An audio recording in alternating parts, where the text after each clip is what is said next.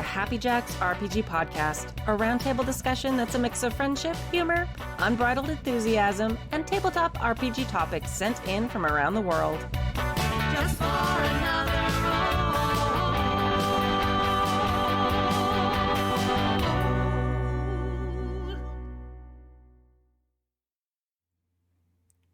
Hello, and welcome to Season 34, Episode 14 of the Happy Jacks RPG podcast.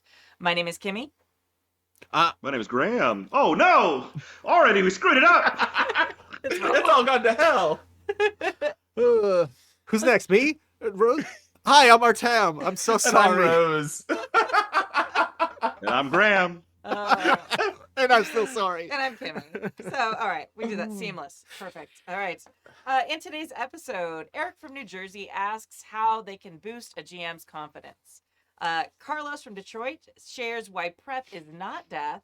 And from the archive 2018, David from Tampa shares a GMing horror/success, who knows, story. If you'd like to contribute a question or story to the show, you can email us at happyjacksrpg@gmail.com. That's happyjacksrpg@gmail.com. Or you can post in the mailbag channel of the Discord.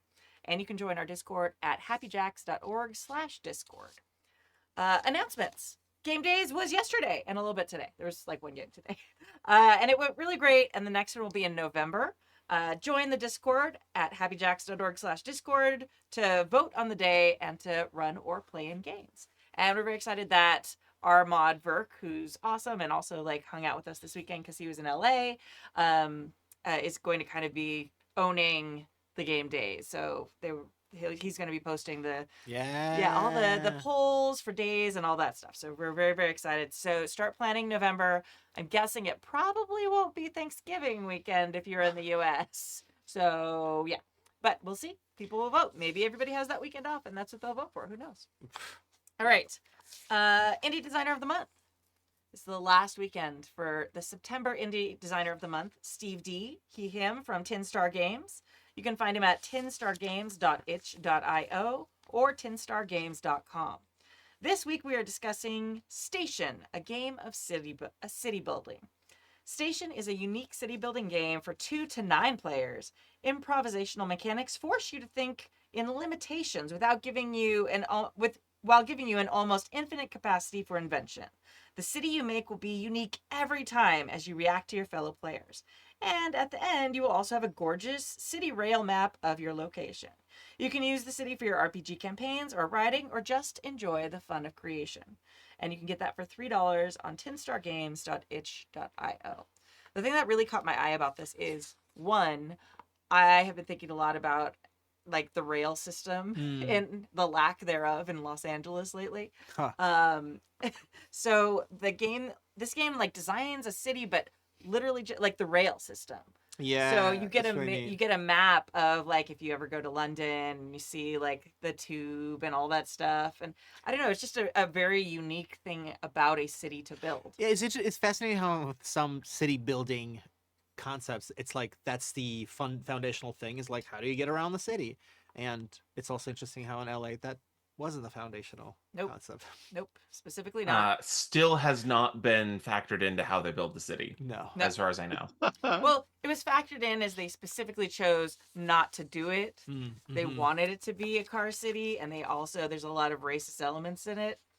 Go check out the Red Line. Also, if you've ever seen Who Framed Roger Rabbit, mostly a true story. It's not toons, it's people of color, but the red lines and all that stuff did exist in LA, and they destroyed it, and because they didn't want people of color to have access another to great things. reason to rewatch Who Framed Roger Rabbit. It's so good. So I've never seen it. So the phrase "go watch Who Framed Roger Rabbit," it's a mostly true story. Just like my head started to explode. Yes. Okay. A documentary, really. I mean, if we're gonna be honest. It was directed by Ken Burns. People don't really talk about it. Yeah, there's a lot of violin music and slow pans. Okay. The situational aspects of the world building are very based in real life things that happened. Yeah. actual toon murder and It's a too late, Kimmy. I already believe Okay. that. It is. I It is the most already believe true that part. cartoon Everything else rabbits is are like real. inspirational. I mean, I The would be core is the tune, and everything else, like Yeah. you get Yeah. further away from the truth. Yeah, You I know, like the further you get from that. Yeah, I just really want Jessica Rabbit to be real, honestly. That's just I really, mean, yes, of course. that's just really what I want. Okay. Yeah. Just want to be friends Yeah. with that singing sword. That's all. That's it, the sword, yes! Oh my gosh. Okay. Now I want to make a game about like Singing- weapons that singing sing weapons, show yeah. tunes. Go on, That's go right, on. yes. Keep cooking, keep So, cooking. Yes. okay, wait. So it's like Ballad Hunter or Shanty Hunter, but it's Yeah. like the swords you collect have different songs. I don't know. There's a thing there. That's good. It's wild and wacky. So there is Mm. dungeon boyfriend dungeon where you Boyfriend like dungeon. date Yes. where you date your swords, and it's a dating sim / action RPG. Okay. And so Oh, you that's choose which good. weapon you're going to use for each run, and then it transforms into a beautiful person to date and talk to. I prefer the original, which is Panzermädels, which is Ah. which is tank girls, which Yeah, are hell actual yeah. literal tanks. Hell yeah. Well, if we're talking about my dating That's past, really then funny. yeah, most of the swords would be show tune singing acts. Yeah, great. yeah. Yeah, See? it's really that's what happens when you're a theater person. You date people who sing better than you do. It's all true is the thing, is that it's all true. It is Yeah, all true. Factual. Absolutely. 100%. All right.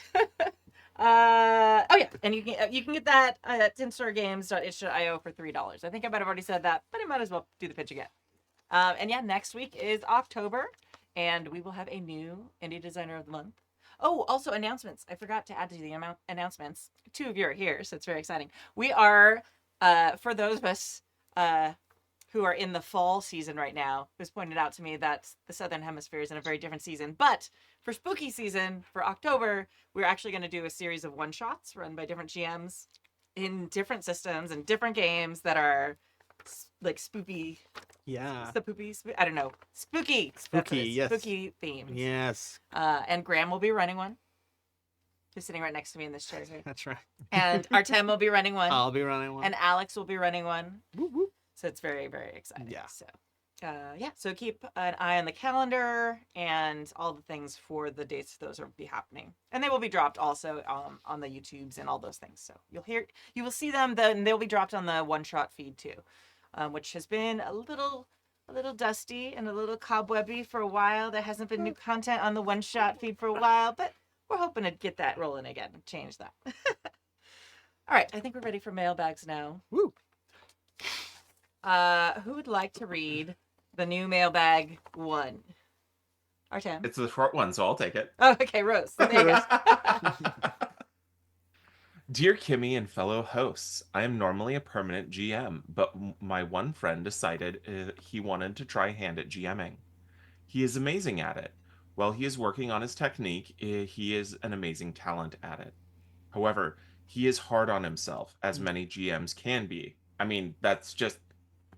GMs who are hard on themselves are just all GMs. Like, it's not even like squares and rectangles. It's literally just all rectangles. However, he can be hard on himself, as many GMs can be. Aside from compliments, can you think of other forms of encouragement my fellow players and I can give him? As always, stay gaming, stay tipsy, stay diverse. Mugs held high. Eric from New Jersey. Woo. Cheers. Well, I mean, let's all share ways that we are hard on ourselves as GMs, huh? Let's... Cheerful episode. Sure. sure. But just don't give advice, Yeah, okay? yeah. Careful. We're Not treading any- carefully. Here's- We're here to make content. So, That's right. Rose, how are you? How you doing? What's good? Not much, Graham. Not much. That's so true, Rose. That's so But- true. Very Yeah. few things. I second that. Well, I'm hard on now myself. is the autumn of our discontent. I never feel ready. I never feel ready for anything. What a good transition. Have you ever met a GM who was ready, who wasn't also wrong? True. Wow. These are great setups for the next question. I can't wait. Like, hold big pins in You know, all of these. I feel like this is how the snake eats itself. It's like, I'm never No, ready no, for no, anything. no, I'm like, no, well, if no. you It's said you all. weren't ready, This is you uphill. weren't. This is a great ramp. Okay, We're well, building the ramp. one of the things about jamming too is like I feel very uncomfortable when people give me specific compliments, and I tend to it like and it's hard for me to like accept them because I feel awkward and weird about it. Like it's nice. I don't dislike when people do it, but I also don't know exactly how to react. Just Yeah. agree that they're true and move on. Yeah, and just move like, on. But yeah. I'm trying to think like other ways besides complimenting are probably I feel like the hidden compliment, like when you turn to the person like who's playing with you, oh, that was an amazing scene. Didn't you love that thing? So you're like talking about how great things were without it being like a direct compliment for the GM. I think that might be a good one. That's I don't fair. know. That's fair. I also I cannot disagree with you more, Kimmy, where I need specific things that people liked because I use that to Ooh. figure out what I'm gonna do for Uh-huh. my next game. Mm. Because like I don't prepare for shit, so it is basically I want to figure out what everybody's order at the restaurant is so I can make something at home that's similar Yeah. kind of Yeah. vibe. And yeah, like I need to know what hit and what didn't, because if I never get like readings on that, I never get calibrated. So if everyone's really quiet about it, it's just like, well, I'm just gonna do whatever I enjoy. And I guess fuck you players. Like, thanks for showing up. Oh yeah. Sounds like a lot of prep to me. I've realized that no matter what game I'm running, I end up with Eldritch Horror in it, and it's just like, I hope you guys like Eldritch Horror in your teenage superheroes game, because that's what you're getting. Yeah. Yeah, that's interesting. I was reflecting on the fact that I've had at least 3 or 4 campaigns where a townwide rebellion broke out. And I was like, the common denominator is me. The systems of government are being overthrown. I'm the only one that's the X factor here. Just really tired of your manager at work, huh? That's right. I don't want to sleep on Kimmy's thing about compliments, though. Like, getting compliments in general is very difficult and hard to process, as we as Skill human issue. beings, right? Skill issue? Is that what it is? Skill issue. Yeah. I think that it's a deceptively complex social practice to compliment and also receive compliments, as we're all sort of floating in these like islands of human experience. And so trying to connect and trying to communicate is a big reason why I'm sure all of us love role-playing games. It's because there's new ways that you're communicating. And so while I like what you're saying, Rose, about like the specific feedback, totally, because then all of a sudden we're having a constructive conversation, I think in general, compliments, you have to filter it through a certain level of like protective layers that we as human beings have already kind of built up. But if we're talking shop, that's different, which is also my advice. Oh no, is instead of complimenting this person directly, one of my favorite things to do, and always has been, is talk to people about their craft. So what do you like to do, and what are you doing? And you can find ways to kind of backdoor compliment people, but instead bolstering their confidence by talking about what you're doing. Because many years ago, I referred to the GM as the lonely tower because, you're separated by all these things, before I had encouraged the hierarchy to be as thin as possible over my many times of playing. And also because most GMs do live in a tower. They do, and they steeple their fingers, and they're universally better at everything than you, and you should be grateful to them and compliment them specifically, like Rose. Make sure Rose knows.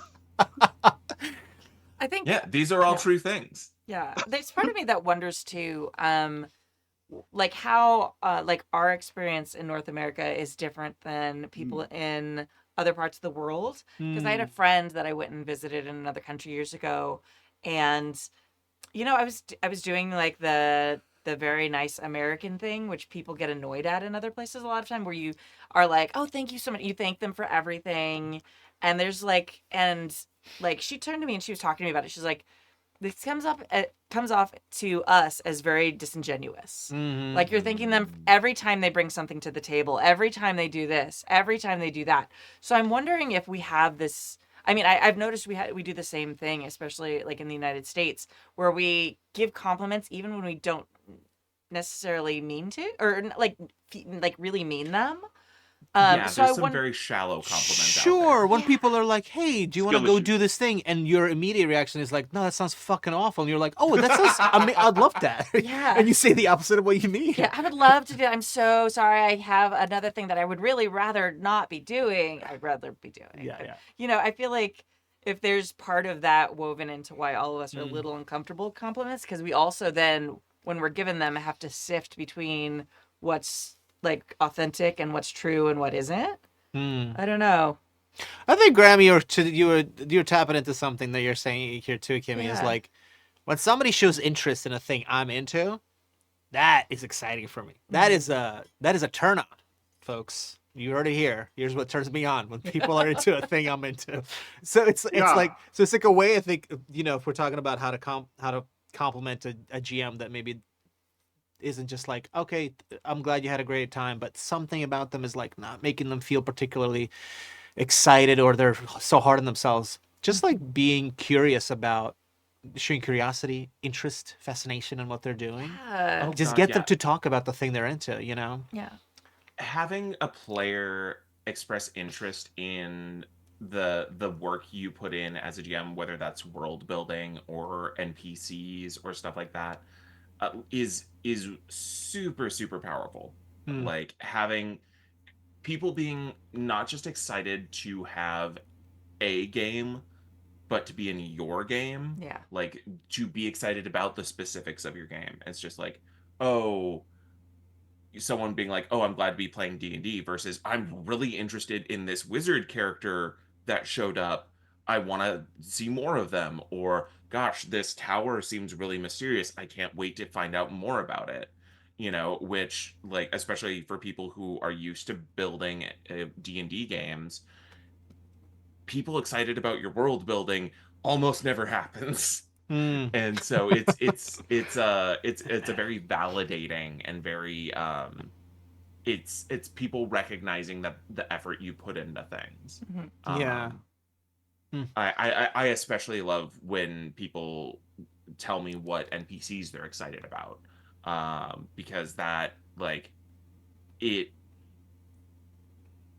all you do is, as a GM, is play a multitude of characters, and having people shine a spotlight on the ones they enjoy is really special. And really exciting to be like, oh, this is meshing with my audience. This is engaging. This is I'm succeeding here. Like, this is what I've been trying to do since the moment I sat down, and I'm seeing success, and I can keep bringing that back in, and I know what I can include to make my game even better for my players. Yeah, no, I think that's totally right. It's such an interesting situation, because it would seem it would be so simple. Like, just give people compliments. Yeah. And it's like, but it is, I don't know. There's a really, really unfortunate kind of. I'm no sociologist and I'm no historian, but, like, there's a really unfortunate expected behavior around politeness in the U.S. That means we are nice but very rarely kind. Yeah. It's very, yeah. So people will say please and thank you. They'll learn all of these kind of, like, manners things, these very regimented, very, like, I dated someone who was like, if you're invited to someone's home, you have to bring a gift. You have to do these things. These are the things that are expected of you. And whenever I would say why, it was well, this is how it's done. This is how I was raised. And I was like, it doesn't necessarily, if your goal is to show thanks for being invited into someone's home, a gift may not be the best way to do it. Like, there's a lot of things that were formalized and a lot of things that are ritualized that do not serve their intended purpose. And my advice for GMs who, if you feel uncomfortable taking compliments, just assume they're all true. Yeah. Don't double think it. Don't immediately say, if someone says that was a really great game, you go, yeah, it was really fun. Thanks for coming. And like, as I'm a trans woman, I was not used to getting compliments for a very, very long time in my life, especially before I came out. But after I came out, it was really hard for me to accept compliments because I didn't feel them. And if you want to feel like you're a better GM, start saying you're a good GM as a bit. Because that's what I did with being attractive. And congratulations, I'm now attractive. You are. But I started doing that as a joke because my go-to joke was I wasn't attractive. And that I believed that. And the way you start changing how you believe is you change how you start talking about yourself and to yourself. So if you want to be a better GM, start saying you're a good GM. Don't say you're a bad GM. Don't come from that place of needing external validation. Validate yourself first, and then you can accept the validation that comes from other people. Like, not that you have to do it that way, but it makes it easier. Like, when people say, I really enjoyed that game, look them in the face and say, I'm really glad you did. I think that's super just on point there. I feel like, especially because so many people in like the gaming/nerd community have felt othered for a variety of reasons a lot of their life. So like suddenly being in that place where where they are doing well and they are accepted after feeling so outside and othered their whole lives, that's a hard adjustment to make. Yeah, thank you for sharing, Rose.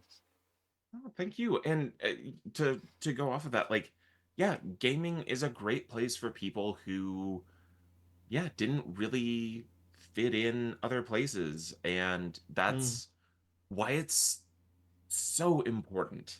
Like, it's really a place for everyone, and regardless of ability or it's a way for people who hate to socialize. Like, it's a really, really cool thing. So good. So nice. Snaps. Oh, all right. I can't do better than that. I don't know if anyone else has anything to add.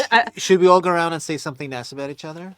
I mean, it sounds dangerously like an adult conversation, which I would never do. But just start making dick jokes. The transference immediately that occurs. makes it an adolescent discussion. Oh, there we go. Now we're talking. Good. Now I feel comfortable. For me, it's so important about complimenting the person, and so much about, you've already described, you play a myriad of characters, and through the act of role play is this extended act of empathy over and over and over again.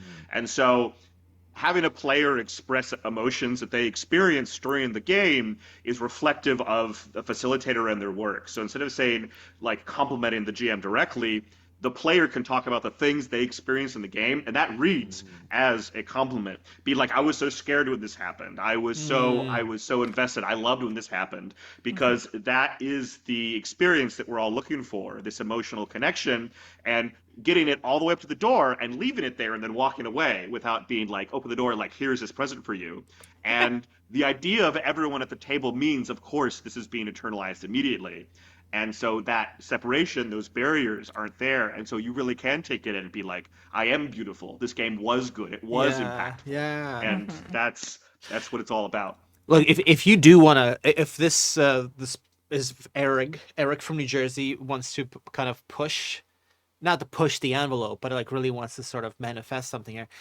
At the end of the game, Eric, you could like sneakily be like, wow, that was great. Hey, why don't we all go around and share a highlight from the session? I'll go first. Okay. I really, just like set it up so that there is a moment when we step away and go like, wow, wasn't it great that all of us got together around the table, virtual or otherwise, and had this lovely time, stepped away from our busy, hectic lives, and delved into this fantasy together. And with this wonderful person at the helm, Yeah.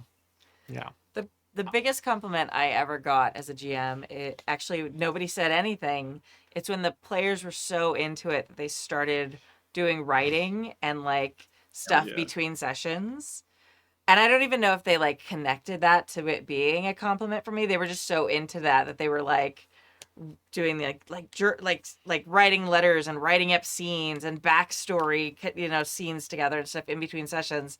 And that was just made me feel so amazing. And I had nothing I don't even think they thought about it, and it was just like the best thing. So doing stuff like that show your enthusiasm and enjoyment for the game also between sessions is another great way of showing how much you are loving what's happening, with even a little farther step back from Artem's awesome suggestion of let's all say something good, like that they don't even have to in real time react to. They're just gonna like sit back and be like, oh, look at all this cool stuff they're writing. There is a player in my weekly Masks game that's open to the public who draws art of her character, who is a living cartoon, and it's real, by the way. Which are real, which is real. Established, as we're seen in the documentary "Who Framed Roger Rabbit," about the beginning of LA. Yes.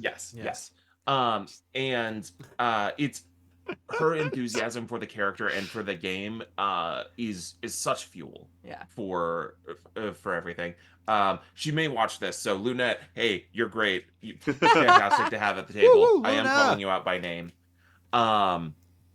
But I also want to roll it back to what Artem said and say, I find it very difficult to get people to one at a time go around the table and say something they liked. It's like pulling teeth. Oh, yeah. I usually find the easiest way to get people talking about what they enjoyed is to talk about what you enjoyed and like also spotlight other people's characters. Like, oh my gosh, when you were doing this, it was so much fun. That was a great moment.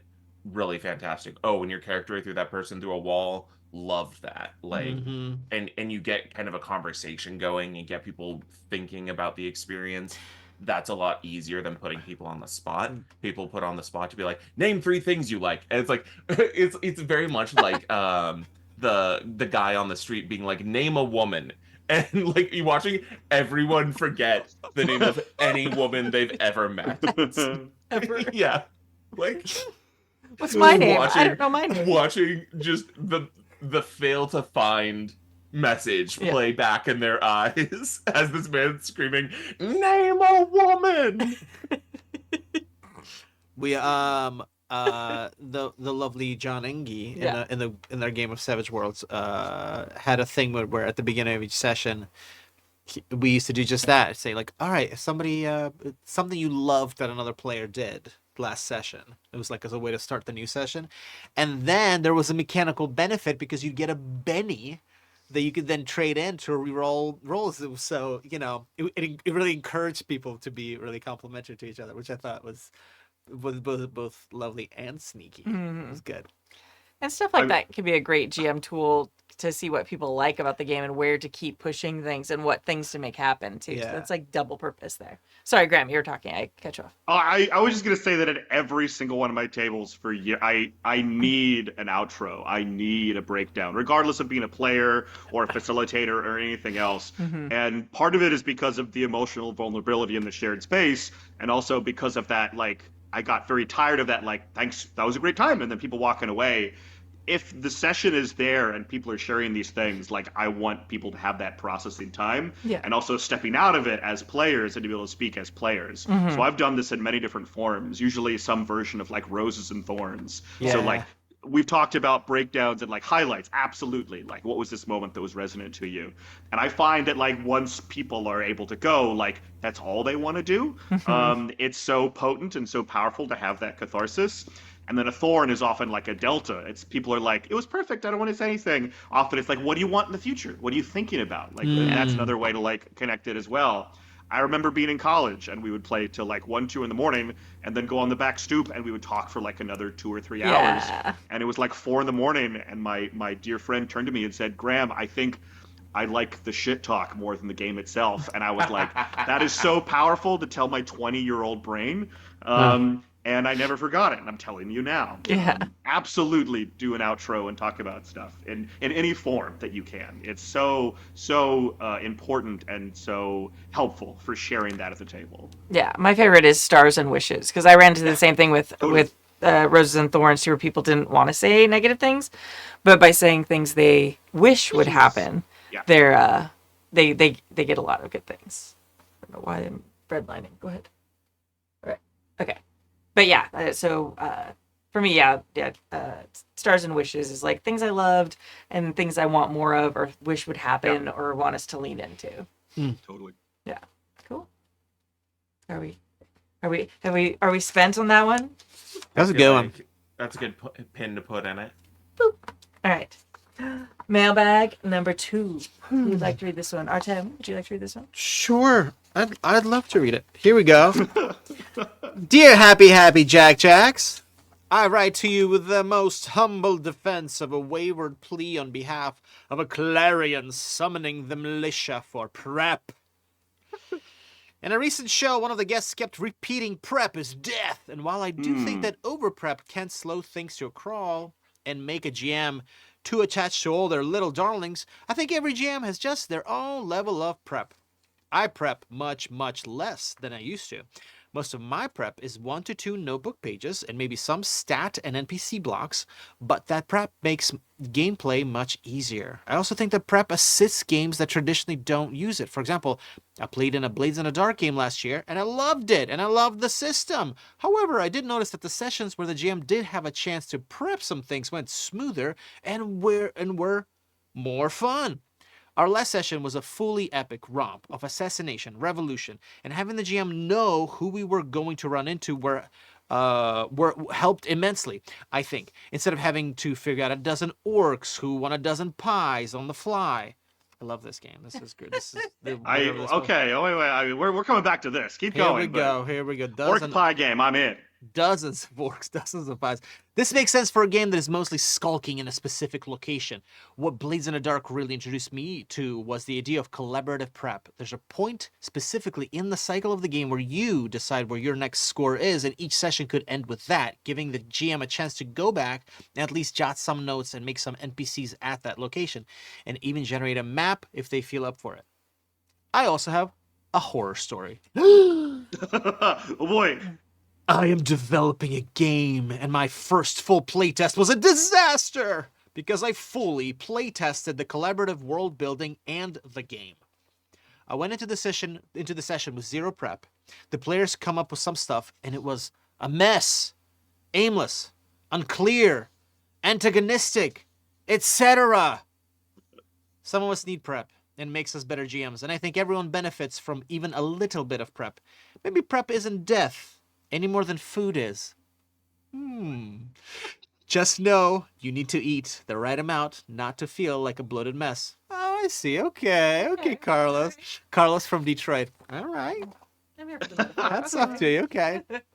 Food is not death. Oh man, this is great. Should I come right out and say the prep is death person is me, and that Kimmy called me out?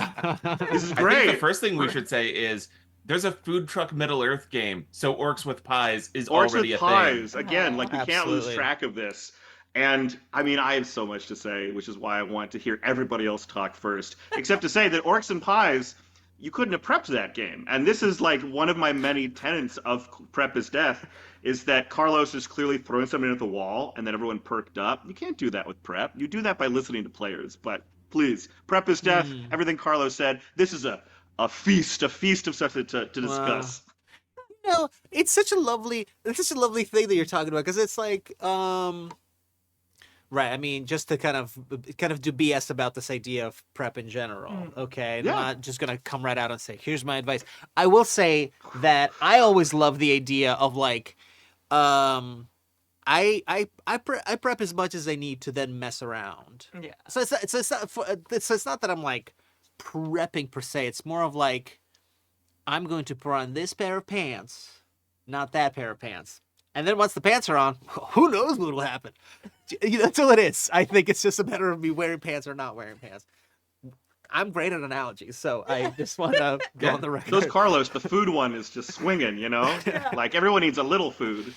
Yeah, but like just enough so then you can then just fuck around and find out. Yeah. You know, but you need something, a little box in which that fucking around can be going on. Yeah, I mean, I'm super boring with my metaphor, but like, a sandbox. Like you got to build the sandbox, and then once you got like the basics up and you know what kind of sands you got in there, then you can play and do whatever you want in the sandbox, and you can throw new toys in there and like pull them out, and you can tell I have a toddler. But it's like that's for me. It's like, okay, we know the sandbox reaches this far. This is this big of a sandbox, and this is what's in it to play with. Go. And then I don't know. I know it's boring. It's not nearly as fun as Pants or Pie. No, very relevant. Yeah. Pants, Pie, and Sandbox. Yeah, no, this all tracks. Whether you're going to put pants on or not. Like, it's a choice. You don't have to have the pants.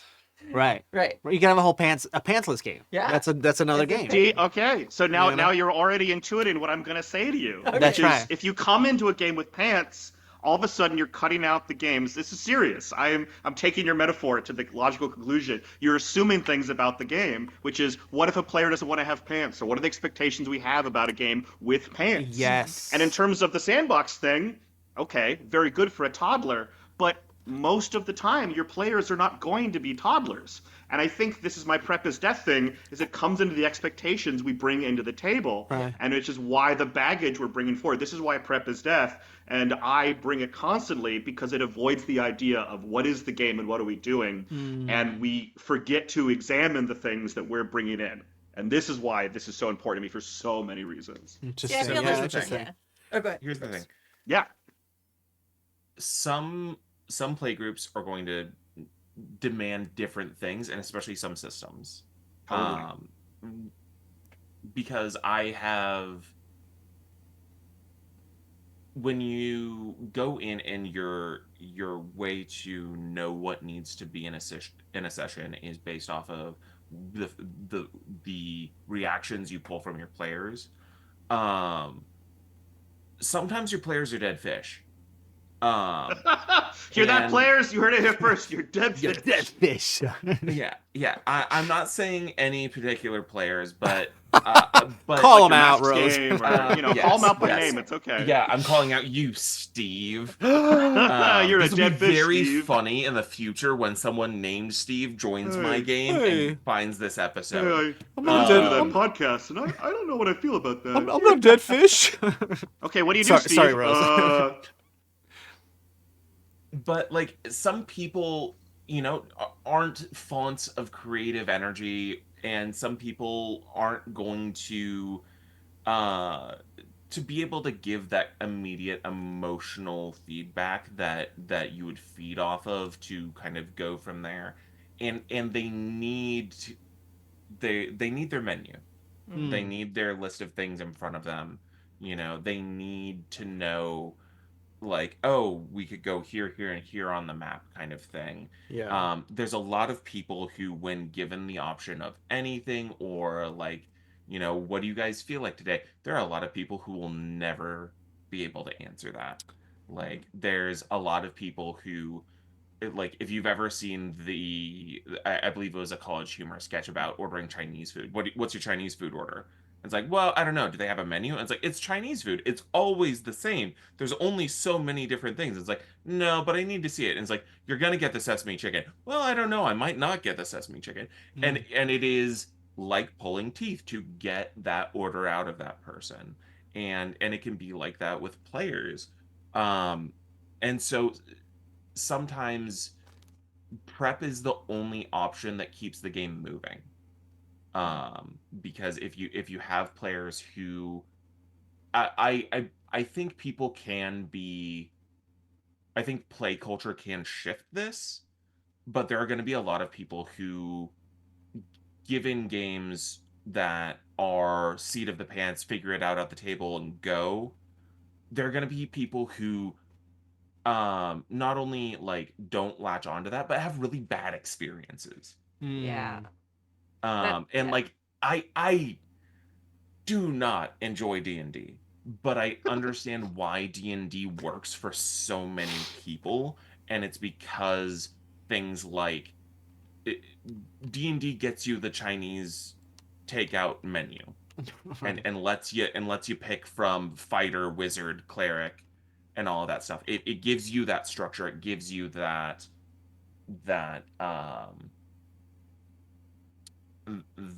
kind of dependability, especially if you're gonna play with different people, all this stuff.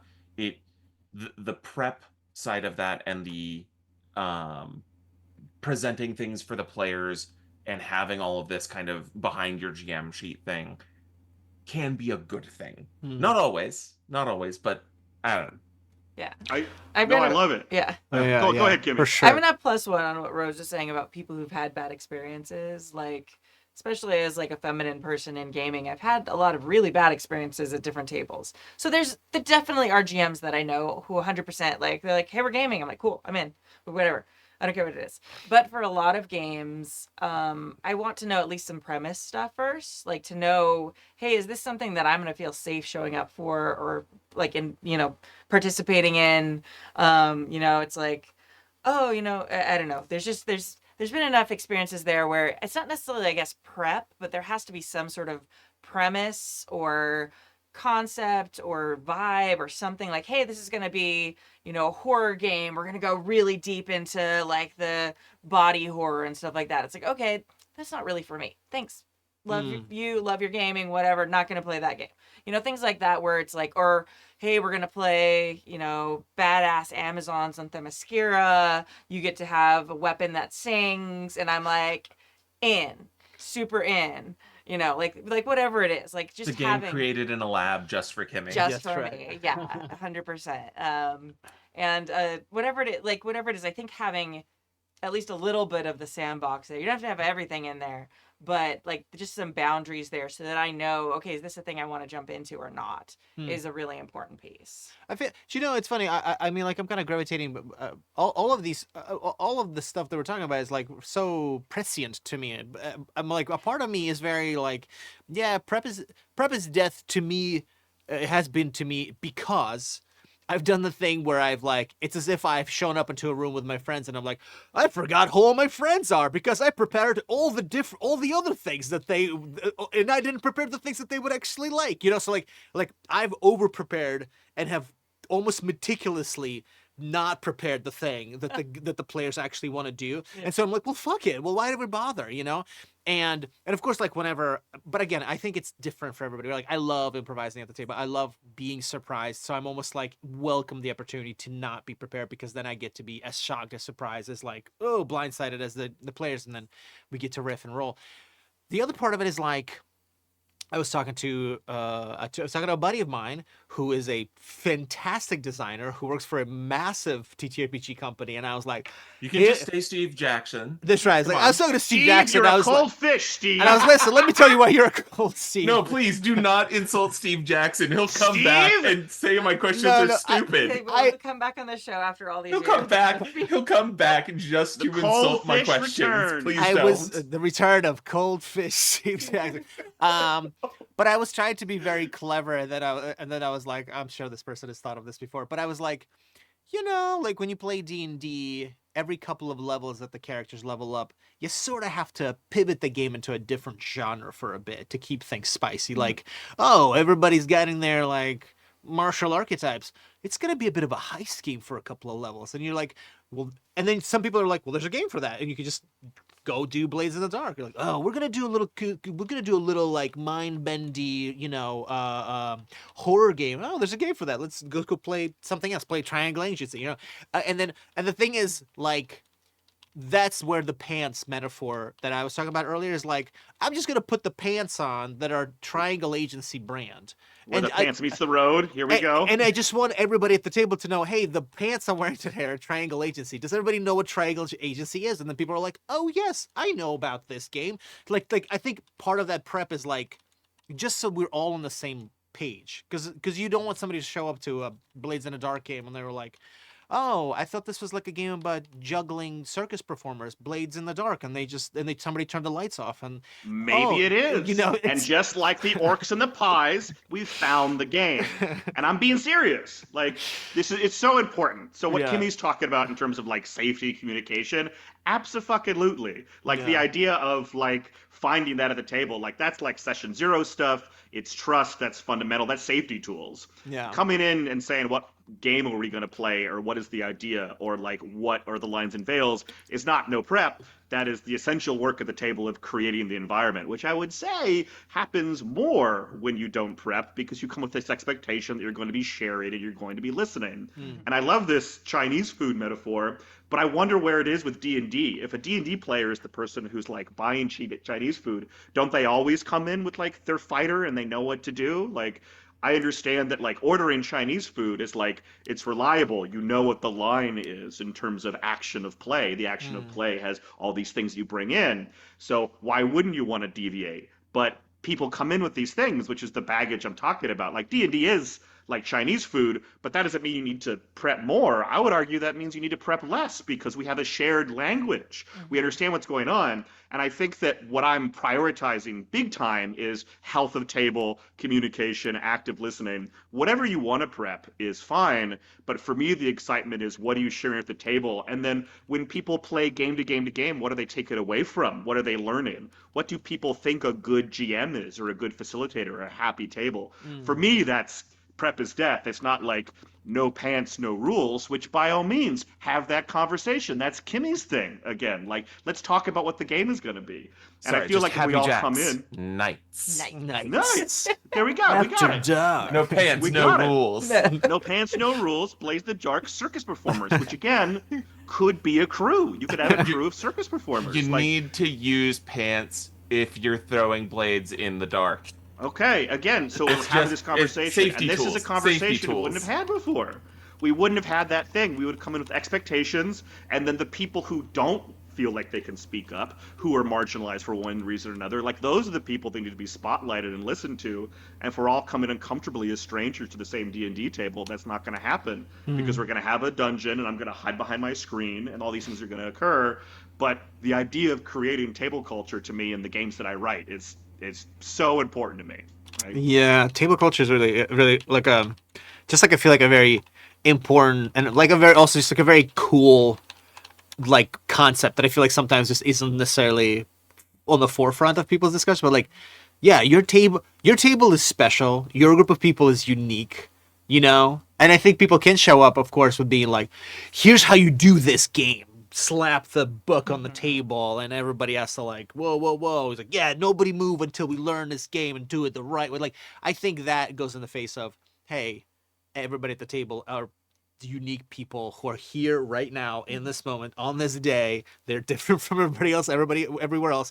You could literally do whatever you're doing in your own special way. Like my sense of games in general is like and this is you know, not to be so brutally rude to a game designer, but I'm like, all games to me are blueprint. Yes, Steve. All games are blueprints for me. You know, they're blueprints for fun. And I'm only we made an analogy to architecture, I think, a couple of weeks ago, where somebody's like, you shouldn't ignore the blueprints in architecture.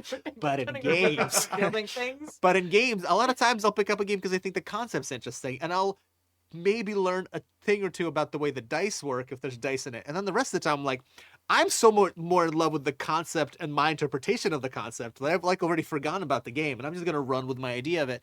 And the thing is, that's because I'm already thinking about who I'm gonna play it with. I'm already thinking about the kind of experience I want to share, you know. Yeah. So it is like the prep is interesting in that sense, because it's about what's the fun? Yeah. What's the fun that I'm gonna bring to my people? Going back to the food metaphor, Yes. game design, it's more like cooking than baking. Like baking, you have to be very exact, or nothing comes out right. Cooking, it's like, there's some salt, it's fine, and it can still turn out great even if you don't follow the recipe exactly. Mm-hmm. So my husband's been baking pies lately, so I've learned that it's easy to fuck them up.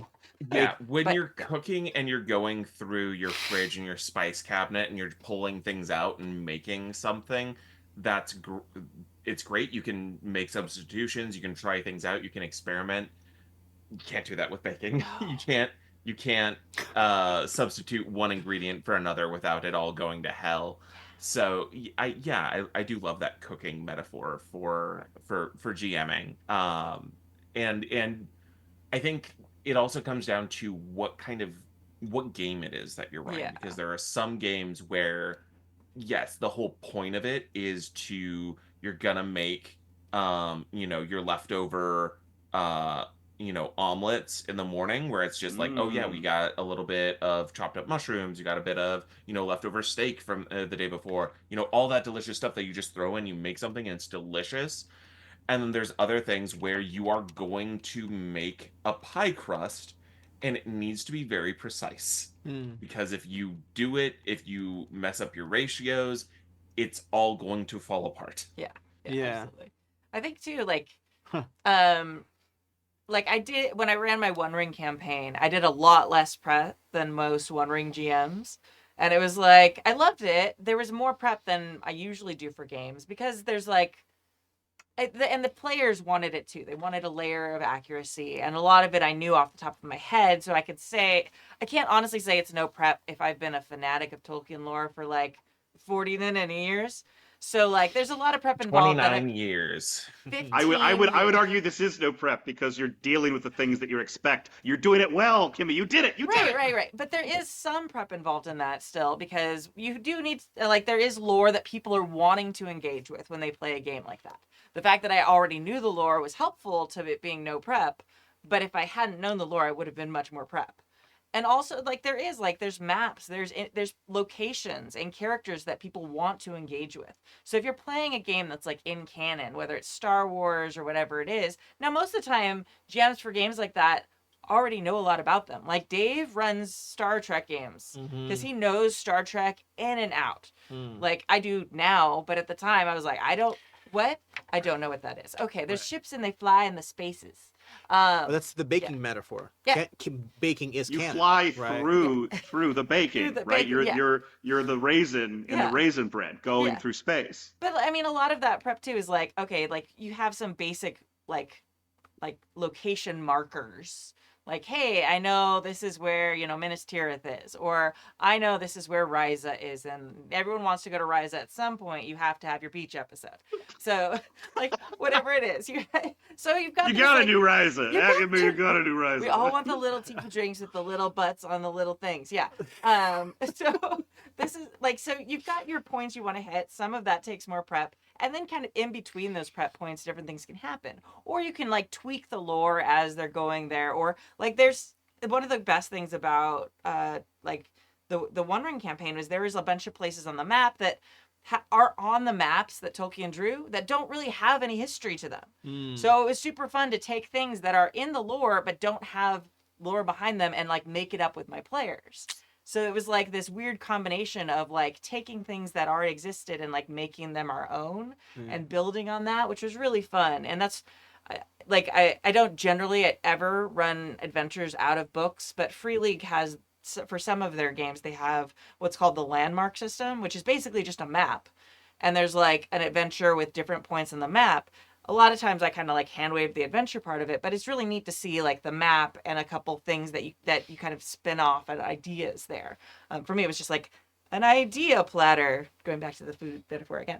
And the sandbox. And the sandbox. It was like, when you get sushi and there's just like a whole bunch of things and you're just trying to pick here and there. I like this one. You're building the sushi out of the sandbox. Like, what could be better? What could be better? So you ruined everything. Great. It's something... Actually, this baking metaphor that we were going on earlier just got me, just reminded me. Hungry for sandy sushi. I'm right there with you, buddy. Rose, when you're talking about like the baking the crust and you don't want to mess up the ratio, it reminded me, of course, because I'm very neurodivergent, that I disassociate a lot.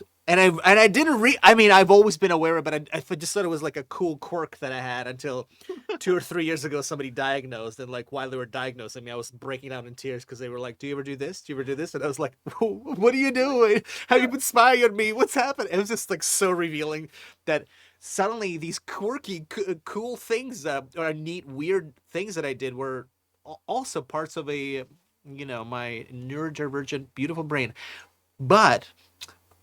bringing it all back to, I disassociate a lot, and I was just picturing, the normal amount of disassociating. Sure, yeah. And then they'd say the normal amount of disassociating is 0, and you go, I think that's wrong.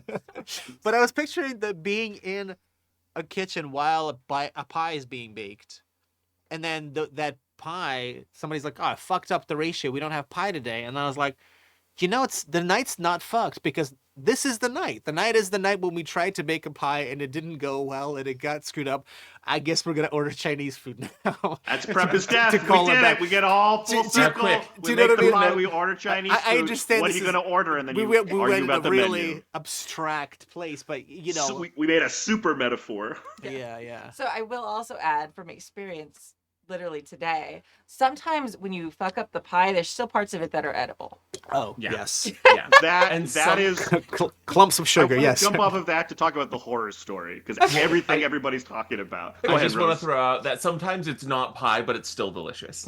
That's right. There you go. Yeah. But also, and the last thing I wanted to say is some people love to cook and some people love to bake, and both of those are beautiful. Yeah. Oh yeah. I'm in part Both 3. delicious. Yeah, I'm in category 3, which is the eating category. Yes, I don't yes, cook. same. I don't bake. I just eat. Yes. Big All fan. the metaphors people are talking about with like the analysis and the discovery and finding and then even pulling like what are these lessons out, it explicitly reminds me of the horror story, which is this big button at the end of the whole thing, right? And so he's talking about making a game and how it went terribly because he introduced all of these things and they didn't go well. As a game designer, that is a fabulous playtest. Yeah. Because what you're doing is finding the things that like aren't functioning or you had expectations about, and that is the prep is death thing. It's the coming in and realizing, wait, why am I not doing what's working? But Carlos has said this was a disaster. For me to come in and have a playtest and do that thing with a game I've just written, and that to be all my feedback, oh, that's fabulous. Because what you're doing, your job is to then look at the pie.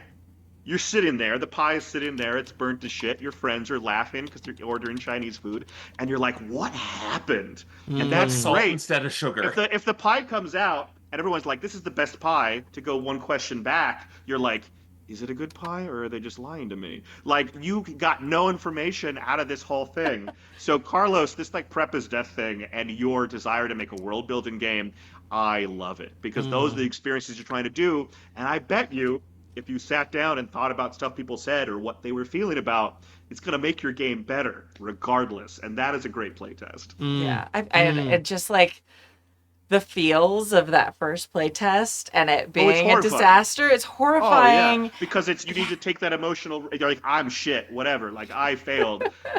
and yet there's so much that you can gain from it. And so that separation is so difficult as a human being doing this action, right? Right. And you should always just expect that first playtest to be that. Like, go into it realizing there's going to be little, like, glimmers of, like, what your game is going to be eventually someday that you're going to, like, see, like, a little shimmers of, and a lot of it's just going to be shit. And you're going to be like, wow, I've put so much into this already. And then you spend the next, like, year or 2 or 3 or maybe 4 making it what it eventually will be. And I don't know, like I have very fond memories of some of the super early playtests of Decima, and then like Starscape too. Like Starscape was that thing where ships just fly through space. Through the space. The fly through space game that you wrote. You have to say through the space. Yeah. Because you love Star Trek, right? I do now. That's what started the love of like binging Star Trek is what made me like. Now we're talking. Love it and you're like, wait.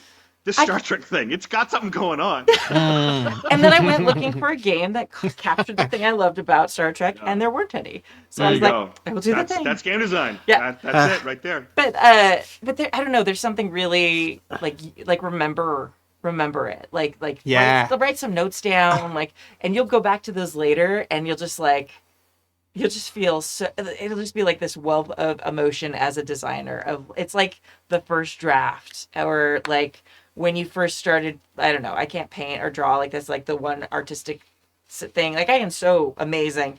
Drawing, no, I can't draw anything. I'm like, here's don't you sing? Yeah, but I can't, that still doesn't have anything to do with drawing. Like no, like. You paint with melodies of your voice. My kindergarten students laugh when I draw things on the board. Aww. They think it's a very funny. You found your audience. Yeah, hey. they are very charming about it. It's charming, and I'm like, okay. But anyway, there's just something really. It's like, I don't know. Like it's sort of like liking it to a child seems a little like extra, and it's not exactly obviously, but it's like when you go back and see baby pictures of your kid, it's very similar to that. Like, oh, look how little they were, look how different they are now, look how much they've learned. It's like, look how crappy my first draft was. Wow, I can't believe I thought that mechanic would work. Why did I pick those dice? Oh, that's awful. I can't believe I thought that would be a good playbook. I'm so glad I got rid of that. Oh, that was fun. I mean, I want to say, oh, sorry, Rose, you were going to... I've been trying to slip in. I believe it was the philosopher Adam Savage who said failure is always an option. Yeah. Hell Which, yeah. if you do an experiment and it fails, that's useful information. Yeah. So useful. So useful. I literally, like, I wanted to say, Carlos, way to go, buddy. Way to go putting a game out there. Way to go to put it out in front of people. You've done a brave thing. You put yourself and thank you for writing an email about how you think I'm not right. Like, I love it. Like, not ironically. Levels like, absolutely. Sam would be like, I like prep. I want to hear that. Yeah, I've been telling Graham he's wrong ever since I met him. I know. It's been such a whirlwind. Let me tell you, as fucked up as it sounds, I love bombing. I love failure. To me is such an exquisitely profound learning experience. I love what it does to my entire fucking body. I love the amount of Homeland Security that is on stage bombing. On stage bombing. Clarification. I like FBI, hello. Yeah, well, it reminds me.